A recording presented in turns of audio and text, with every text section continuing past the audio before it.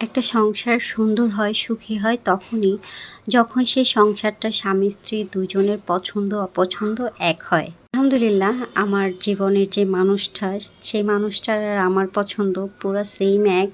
তো আমি আসলে বিয়ের আগে থেকেই ঘর সাজাতে খুব পছন্দ করতাম। যেখানে মেয়েরা টাকা জমিয়ে নিজেদের স্কিন কেয়ারের প্রোডাক্ট, মেকআপ প্রোডাক্ট কিনতো বা জামা কাপড় কিনতো, সেখানে আমি সবসময় টাকা জমিয়ে জমিয়ে ঘরের সৌন্দর্যর কোনো কিছু কিনতাম। এই কারণে অনেক আব্বুর কাছে বকাও শুনছি কেন আমি এসব করি।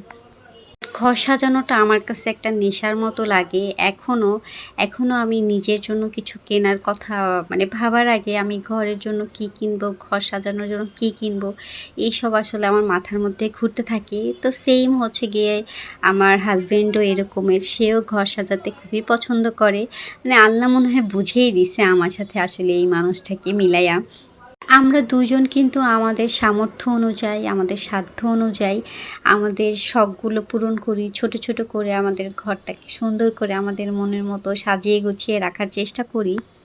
আমার আগের ভিডিও যারা দেখছেন তখন আসলে আমার অনেকগুলো মাছ ছিল এরকম ছোট ছোট জারের মধ্যে, 2-3টা জার ছিল আমার। তো তারপরে একটা সময় আসলে মাছগুলো যখন মারা গেছে তখন আর আমার এটা নেওয়া হয়নি। আসলে আমার আগের বাসাটা তো ছোট ছিল, ওইভাবে আমি মনের মতো সাজাতেও পারতাম না। তো এই বাসাতে আসার পরে আমার মনে হলো যে না, আবার হচ্ছে গিয়ে মাছ নিয়ে আসি। তো তাফসির বাবাকে বললাম, তাফসির বাবা আজকে সন্ধ্যায় যে আমার জন্য এটা নিয়ে আসলো। আসলে আমার সংসারের মধ্যে সব কিছুই খুব যত্ন করে আর সব কিছু গড়া। তো আমি যখন যেটা বলি তাফসিরের বাবাও সেইম, সেও এইসব বেশি পছন্দ করে। আসলে আমার মনে হয় যে আমি একবেলা খেয়ে আসি না খেয়ে আসি, বাহিরের মানুষ কখনো দেখতে আসবে না। বাট আমার হচ্ছে গিয়ে ঘরের পরিবেশ বা আমার বাইরের পরিবেশ, আমার আচার আচরণ, কথাবার্তায়, এগুলো কিন্তু মানুষ দেখবে, এগুলোতেই মানুষ যাচাই করবে যে আমরা কেমন। এই শিক্ষাটা আমি সবসময় আমার বাবা-মার থেকে পাইছি। যে সবসময় আমার বাবা-মা আমাকে এই শিক্ষাই দিত, "তুমি ঘরে কী খাচ্ছ, কী করতেছো সেটা কিন্তু কেউ দেখতে আসবে না। তুমি বাহিরে সবার সাথে কেমন আচরণ করতেছো, তোমার পরিবেশ কেমন, এগুলোই মানুষ দেখে যাচাই-বাছাই করবে যে তুমি কেমন।"